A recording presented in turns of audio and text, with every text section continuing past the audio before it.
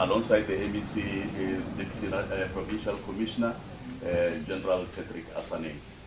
Without much ado, I'll give over to the MEC to read the statement. Thereafter, then we'll field the questions. MEC. No, thank you very much, Ralph. Let me greet General Asane and greet the members of the media today who responded to our call when we wanted to inform the society. Without any waste of time, let me read out the statement that we have prepared. There had been a lot of activities since we last engaged you on Monday. As indicated then, the resurfacing of the illegal miners is a police operation. The plan to resurface them is divided into 3 phases. The first phase, which has been completed, began on Tuesday and was completed on Wednesday. This phase included clearing boulders and concrete slabs which had been on the entrance of the shaft. The second phase, which was done on Saturday and yesterday on Sunday, was to bring together the machinery and the equipment that include a camera to be lowered to assess the state of the shaft. This assessment is to gather information on the type of the gases down there, how harmful, and also to confirm the number of the illegal miners and their state. Once all this data has been analyzed, we will know when and how to begin the third phase. This phase is a delicate one, and to ensure that all illegal miners are resurfaced safely in a humane way. It is worth mentioning that on Friday was a note that was sent by the illegal miners saying there are approximately 500 illegal miners underneath, and 300 of them they are unwell. They also requested more food. Some of the people who resurfaced had indicated that they had been held against their will and were basically forced to stay there. Since the media briefing last week on Monday, on the 20th of November 2024, nine miners came out, 9 illegal miners, that's with emphasis, came out through Margaret Shaft. Of these 9, 7 are Mozambicans, 1 from Zimbabwe, and 1 is a South African. On the 23rd, 12 came out again through the Margaret Shaft, 11 were Mozambican, and 1 is Zimbabwean. On the 24th, 14 came out of the 10 shaft, and all of them are Mozambicans. This is the shaft the mining authorities had indicated that it is flooded. And again, it is worth mentioning that these illegal miners, they were wet, which proves it enough that there is water at that shaft. Today, 20 resurfaced and 15 were Lesotho nationals, 3 Mozambicans and 2 Zimbabweans. Thank you very much. Thank you again, MEC. We will, at this stage, colleagues, field questions. As always, we know the drill. You would indicate the media house you coming from, your name, and then the questions. Again, we are pleading that so that we can field many questions. If we could try to avoid preambling questions with long statements. Contextualizing the question is one thing, but preambling the question is another. If we can see hands, 1, 2. Can we take the first 2, then we'll come. You'll be the first bar. Yes, thanks. By the way, you were the first one the last time. Bravo, Boromir, not Pedro. From Eyewitness News. Thanks, Let me see if you could just give us some details, please, if you're able, on the assessments that the cameras were able to find on Friday. What gases are we told are down there?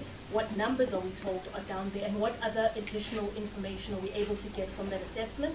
The second is just clarity on the number of the people who emerged. At last, a friend I think had updated us on 14. You just mentioned 20 between last night and today, so if we could just get clarity on that as well.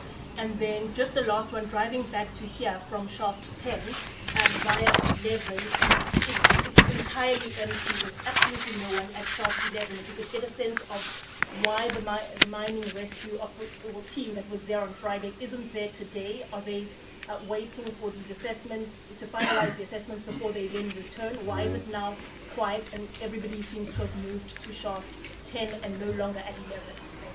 Thank you. Okay, second one. My name is Susan Cynthia. I'm from MEC Wessels. I also wanted some clarity on, it isn't quite clear to me, was the camera sent down already and now they have to assess the footage, or must it still be done? And by when do you expect the actually phase number 3 to start, to get the people out? Thanks. MEC and General. MEC? Yeah, General, I think you must assist us on this one, especially the accuracy of the numbers. Then I will deal with other things, and also the gas issue. Then I will deal with other things. No, thank you very much, MEC colleagues. What is the result of the assessment that has been done? We have not yet received the results. The experts are still doing that. They explained to us that it is quite an elaborate process that they are dealing with. They are not only assessing the exact numbers that were said to be underground, they are looking whether there are also those that are unable to come up on their own, the levels of methane gas underground, whether also there's no flooding that is there. So the results have not yet been provided to the MEC. We have been in constant contact with the proto team. As soon as they have made the assessment available, that is when we will know when phase 3, that is the rescue itself, has to start. The other issue is that from the MEC's statement, from the 22nd up to today, so far 55 miners have resurfaced as per the nationalities that the MEC have indicated. So we have 55. What I can say is that since the last time when you were here and the minister was here, so far we have 1,259 illegal miners who have since resurfaced without government getting into phase 3, that is the rescue itself. The ones that have resurfaced recently used Margaret Shaft. You will recall, members of the media, that right from the onset, Margaret Shaft was made available. It is a shaft of a mine that is still operational, and therefore there is no risk or danger of these people using some crude equipment, ropes and whatever. So the majority of them have used Margaret Shaft to emerge from underground. So that is currently the situation. Susan, the camera was sent down. It is part of the assessment that is being done. It is already was down the whole of Friday. It was down, and then we are just waiting for the results from the experts. No, thank you very much. Key to indicate that the process went very well of extracting the data and verifying the data. Of course, there's a methane gas that is very dangerous for any human being. That is one of the challenges that are there. But of course, the experts are still analyzing the data so that we can be able to be sure before we move to the next stage. Like I indicated in the statement, the next stage is a very delicate statement. We need to conduct it with the delicacy it deserves so that we save lives instead of losing more lives. But the key to indicate also that the voluntary process of miners of coming out, general, we need to convey this thing. It demystifies the narrative that was spread there that there are some people who are trapped. So these people, they voluntarily went out from the various shafts, Margaret being one of those shafts, which means that there was a deliberate intent on the part of these people that they did not come out. And we must also indicate this thing, General, that whenever they resurface, when they realize that they are police, they also attempted to run back inside the shaft, which proves that we are dealing with the people that do not come out on the basis that they fear an arrest. we also need to emphasize on that. So now once we get the camera, there's one journalist who asked us about the time thereof. Once we get the data, we will be able to tell the time, because the number of people that are there that will be indicative of the report that we are going to receive will also tell us that how the operation will be conducted and how many days shall the operation take. Thank you very much. Thank you, MEC. Thank you, General Asane. Bob, we'll start with you, then we go to Fifi. In that order. My name is Dr. from ENCA. My question is based on the court judgment earlier today, where they are saying that government departments, including SATA, should extract illegal miners who are still underground. And from the interviews that we did with those who resurfaced yesterday, they are saying that there are people who are heavily armed.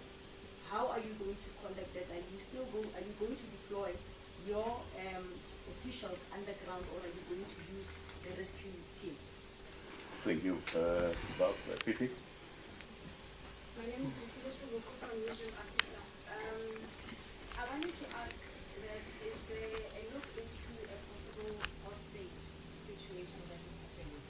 As much as the people are not checked, but those that were spoken and indicated that when they want to come out, because of those that are heavily armed underground, they are threatened. And that's why they end up being able to survive. In fact, those that are spoken to they escaped, they had to find a way of coming out. I forgot my second question. Okay, we'll come back. Okay, as you see, General Asane? Maybe before the MEC responds,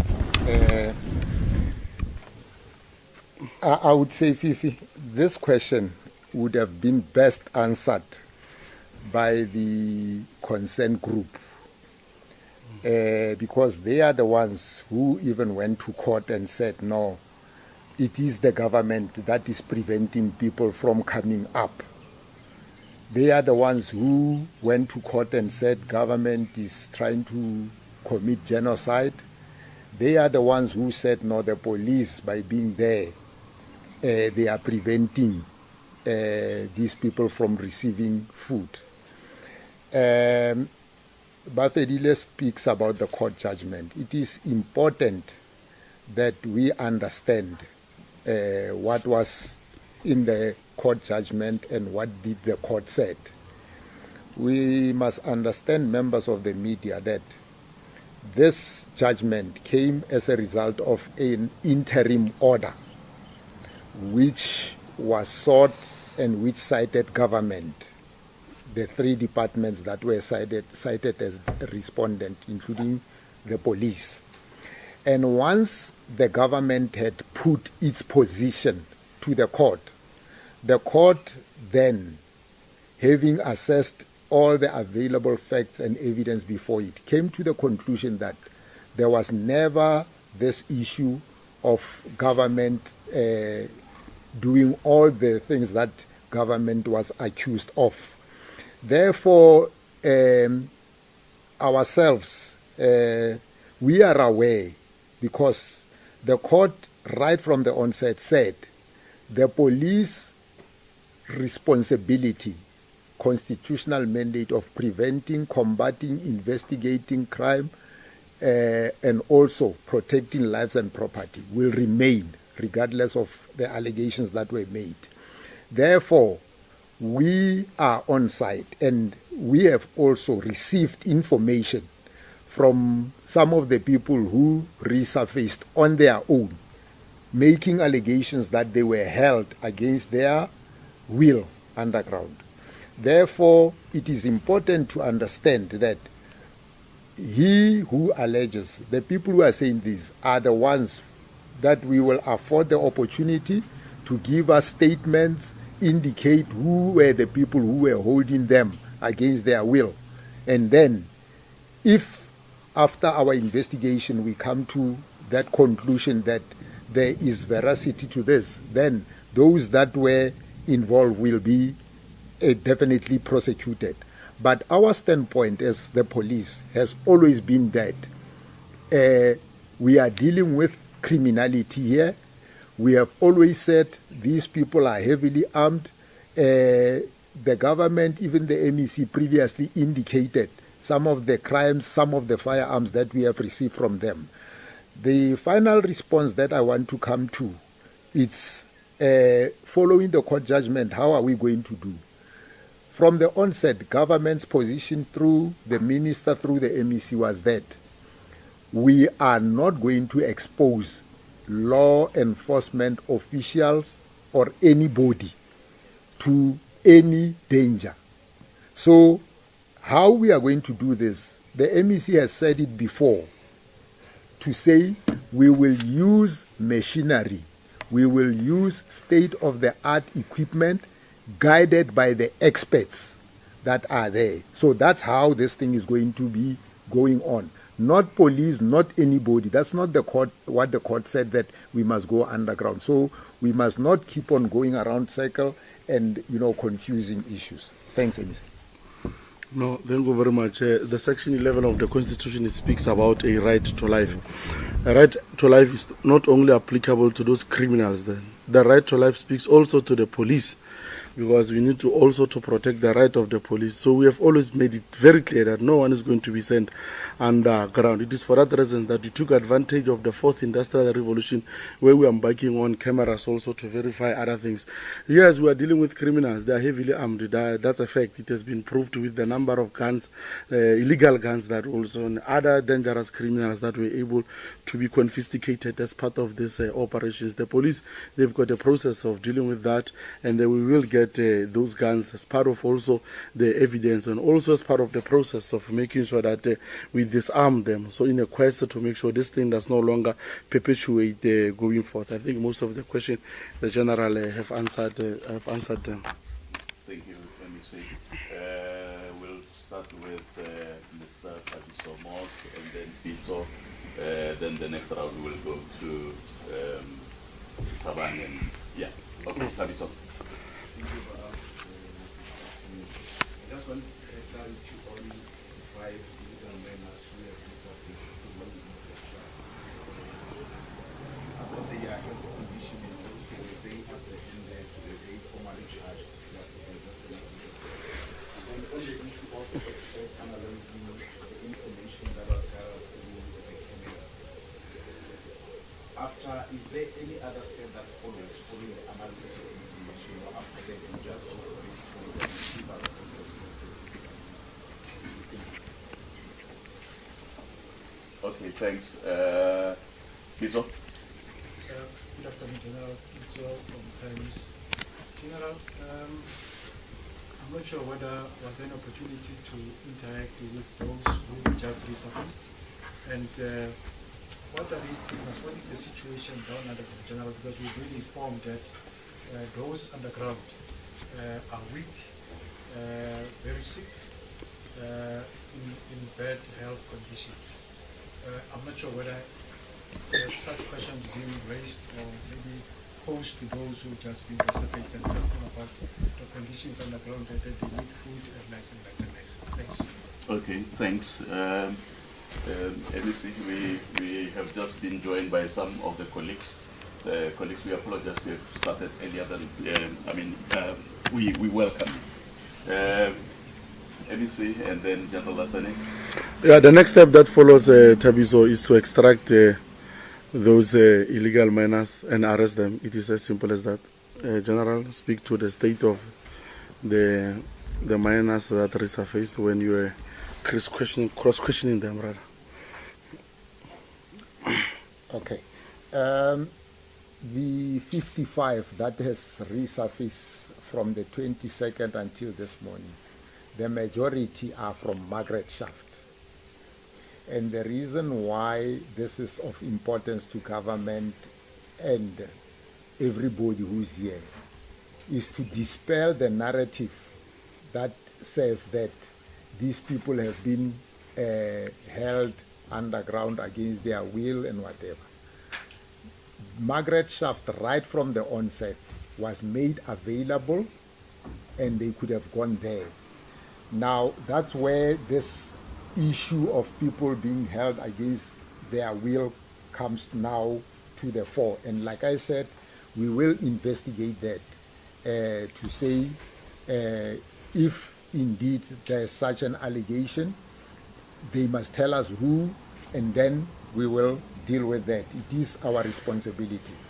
We have steadfastly, even before the court, and the court agrees with us, that this is crime. It is a crime. To mine, you must have the necessary documentation and whatever. And to possess a firearm, you must be licensed. To do everything that these people are doing, the law clearly says what is crime and criminal. So these people, as and when they are coming up Thabiso Mosque, we arrest them. We are not going to negotiate, but we are also doing that, taking into account our constitutional responsibility and mandate. Those who require medical treatment, as members of the media, you've been here, you have seen government has put medical people there, ambulances. Those that require medical assistance, obviously they will be taken. But those who are in a fit state, they are taken directly to the detention facilities. They are charged accordingly. We are dealing with each situation as it unfolds. You have heard from the report by the MEC, the majority of these people are foreigners. It's not xenophobia, but are people who have violated and transgressed the South African Immigration Act, which says for you to be in South Africa, you must enter through a gazetted port of entry, you must have valid documentation and whatever. And for you to remain here, you must also have a legitimate reason for you to be here, not to commit crime. So let us dispel this notion that no, these are people who are being persecuted and whatever. From a policing point of view, we are going to deal with this, and the court agrees with us as crime. What is the situation underground, Pito? Again, like I said to Refilwe, we must remember we have been operating on the basis of the narrative of people, including from the local communities, who have been saying there are a lot of dead bodies, there are sick people and whatever. But there was never any independent verification of what they are saying. All that we did was to say, let's call the experts. Let them tell us, is this what is happening? You yourself, you were there when, after the MEC, the minister was here, suddenly it was no longer 4,500. It was 500, and they were saying 300 are hungry, but the issue was bring us food. Now suddenly 55 have resurfaced, well strong, and therefore the question about the many people who are weak and whatever, it should be answered by the people who put this thing in the first place, so that they can then substantiate, because they were basing this thing on the one individual that they lowered down who came and said this. Our position has always been that we believe that these numbers are exaggerated, they are not substantiated. They went to court and they could not substantiate. So us, we are not going to work on the basis of assumptions and speculation. We have used, like the MEC say, fourth IR, we will then cross that bridge. But the 55 that has come out never indicated to us, Peter, that since this problem started, members of the media, only one corpse, and which we have sent to our forensic expert, pathologist, and it became clear that that person passed on a long time ago. You were there. So these are the questions that, as you engage with these people, you must also put them to them, so that it should not, it has never been the position of government We have gone to court to challenge this thing. So, Tito, as soon as we have the proper assessment, we will tell you, and like we said, it will also inform our next phase. Thank you. Thank you. Oh, okay, Mr. Taban, then we'll come to you. Then we'll build another, the last round, to accommodate colleagues in the just right. Yes, Taban. Thank you very much. There are some community leaders who form part of this operation of retrieval who have come out to accuse government authorities of finalizing them. They say that they also went as far as sending a letter through the lawyers for human rights that they be allowed access to be able to continue with the retrieval, so that they say that this one is taking time and people might be going underground. So we want a confirmation from you. Is it true that there have been some lines and is the information also available to them to know what is happening in terms of this retrieval process? And also confirm if they received this letter from the lawyers of human rights with regards to them asking for permission to also be able to take part in the retrieval process. Thank you, Taban. Makanya again from EWN. The first one is, if we are to believe that the people that are underground are heavily armed and are as hostile as we are told, are police prepared for a pushback when it come time when they do have to be pulled up to the surface of the earth? How prepared, well, not surface, how prepared are police for pushback from that group that's hostile? The second one is, can we get an update on the claims of extortion that we heard last week?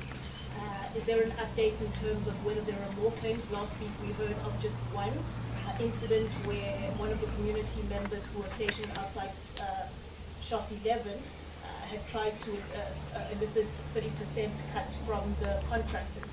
Can we get an update on those investigations? And then just a last one, I guess, maybe out of curiosity, what informed the operation being stationed at Shaft 11 and not 10? Because we're at 10 mostly today, and from what I see, it seems a lot easier to come out from Shaft 10 than it is from 11. 11 requires a whole lot more labor and. So what informs the decision of placing that operation at 11 and not 10, or elsewhere, the other shafts where it might be slightly easier to arrange? Okay. Anything, Please start, General. We are not going to talk about operational matters of why 10 or 11. You have been here. The MEC even told you, you are aware. Those who emerged from 10, when they realized that the police were there, they wanted to go down. So we are not going to sit here, share our operational issues and whatever. Like you are saying that you are speaking on the basis of assumption to say that's your assumption that 10 is easier than 11 and whatever. Our position of the government is that these are inoperable mines which are having hazards of methane gas, flooding. So to say this one is easier than this one, it's assumptions. But as to what you see on the ground, it's your observation. But operationally, we are not going to be sharing this because some people are also sending information to these people to say the police are here and whatever. So we will deal with it. This thing of extortion, media, we need to be also proactive. If there's any extortion, there would be a complainant. Now, the report that is in the media says there is one of the people who went to one of the mine rescue teams to demand 30%. The mine rescue team has been called by the government. The MEC has led this task team. It is disturbing that none of the mine rescue team has ever said I was approached, there was this extortion. But there is this narrative that is there. And for us as the police, it's tantamount to chasing after ghosts.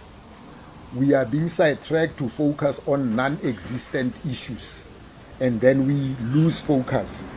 So until anybody can say, no, there is complainant X who came and said, I've been extorted, then we can start talking about that. But as far as we are concerned as the police, nobody has come up except this thing that is there to say there's extortion. The issue of the people being heavily armed and whatever, it is not a thumbsuck. We have in the past proven incidents where illegal miners are heavily armed, they have shot at securities, they have shot at the police and whatever. But it is also how we have structured our operation. So whoever is in illegal possession of a firearm, whoever is mining illegally and whatever, we will enforce the law without fear or favor. And we will seize, confiscate whatever that is in their possession that they are not supposed to possess. Be it explosives, be it firearms, be it gold-bearing material, we will confiscate that. And we will do that within the confines of the law. So it must be clear. And then the last issue that I want to talk to Thabang. The media, like I say, let us be clear and not also be seen to be pushing this thing. The court case that we are all talking about, how did it come about? It came about when these people were saying government and by extension the police are preventing them to remove these people. The court, after we put our case, agreed that the experts that are there are saying this thing is dangerous not only to the police but to themselves only, and also to them. So I'm not sure whether we are talking about issues of tenders here or whatever, when people are saying they are being sidelined. Are they experts? Because even the court says non-essential service personnel must not be anywhere near that place. The court agreed that only people with the necessary expertise must do this thing. So as and when these people are engaging new media, don't just take what they are saying to say they are being sidelined and whatever. The evidence that we are putting before the people of this country and your good selves, which we request you to communicate, is to clearly show that what has been put forth, it's far from the truth. Nobody is being sidelined. They themselves, at one point, when we wanted to say, how do you communicate? They told us, no, their rope is worn out and whatever, and the court agrees with us. So there's nobody who's being sidelined, and this thing, it's not about saying, no, let's give these people the opportunity and whatever. This is a no-go area for non-emergency service personnel, and we will regard it as such. Anybody has the right to approach, whether it's the South African Human Rights Commission, whether it's the court. After all, we are a constitutional state. So, and if the South African Human Rights Commission or anybody that believes that they want to know, they are free to come forward and we will put our case without any ambivalence. So it must be clear. It is their right if they want to go and see the Human Rights Commission. They have gone to the court. They failed in the court to prove their case beyond reasonable doubt. Thanks, Emily. No, thank you very much. I think we must be very careful because we'll end up being taken up and down like a yo-yo, and it's something we're not going to allow. The same people, when you were interviewing them 2-3 weeks ago, they indicated to you that government doesn't care. They are there taking people beneath the ground and all that. The caring government came forth came forth to intervene so that they can be able to step back, and essential workers working with the police can be able to do this thing, and the government shall be able to carry responsibility. When we do that, the same people again, they want to put pressure that they should be allowed because government is taking long and all that thing. So we need to be very careful that people must not take advantage of the fact that we listen to them and they abuse us and they make us to chase a ghost, like the general is indicating. So we'll be steadfast and focused and not listen to those views that its intended purpose is to divert us from our objective. Thank you very much. Thank you, MEC. Colleague, can we take the last round, please? I'm sure you also need to do it by PP. I've noted you, PP, but can we also look at colleagues who have arrived, who have just arrived, so that we also accommodate them? Are you okay? Okay. Okay, I'll take PP and Susan, and those will be the last. Thanks. In that order, PP and Susan.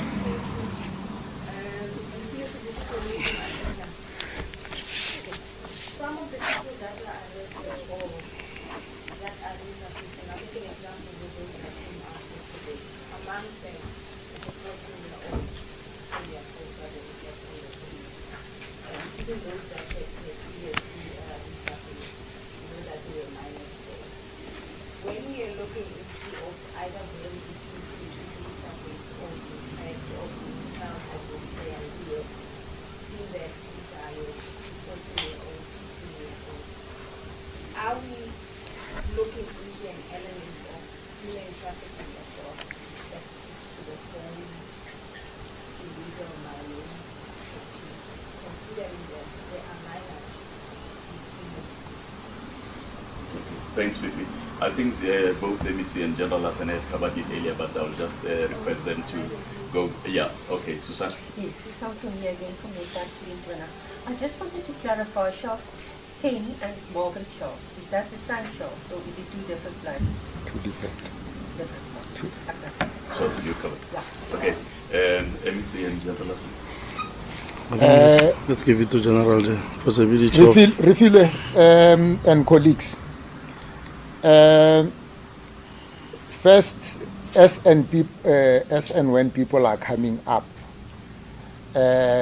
we verify their nationalities, we verify their state of health, and age is also one of the things that we check.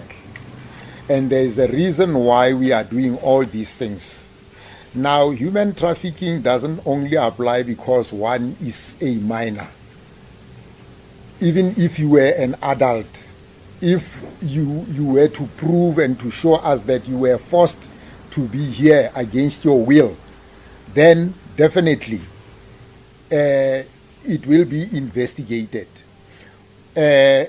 We must understand that we are a country that is premised and based on the Constitution and the rule of law. And even if it was not illegal mining, we know that the employment of minors is forbidden by law. We know that human trafficking is a crime. Even the United Nations forbids that. So what I can say is that as and when these people, because most of them are not South Africans, then you would agree with me. They are not South Africans and they are foreigners, foreign nationals who entered South Africa illegally. Previously, we indicated that we are working in close, constant communication with the embassies of Lesotho, Mozambique, Zimbabwe, and Malawi, based on the nationalities of the people who are here. So as and when this person comes and say, I am a 14-year-old, obviously we will engage the embassy. They will then make a follow-up because their data is not on our database of human, Home Affairs. So we will look into that and then come up with a proof to indeed say this thing, because obviously the parents or wherever he comes from is not information that is available to the South African government. So it is a process that the government will embark on. So Susan, yours was just to check whether it's the same shaft. Margaret, it's something else. It's a shaft of an operational mine by Harmony Gold. These 11 and 10 shafts are shafts that were previously closed, baffles, and they are not operational. And that's where all the danger is. No, we're fine. Okay. Colleagues, thanks again. This brings us to the end of this media briefing. And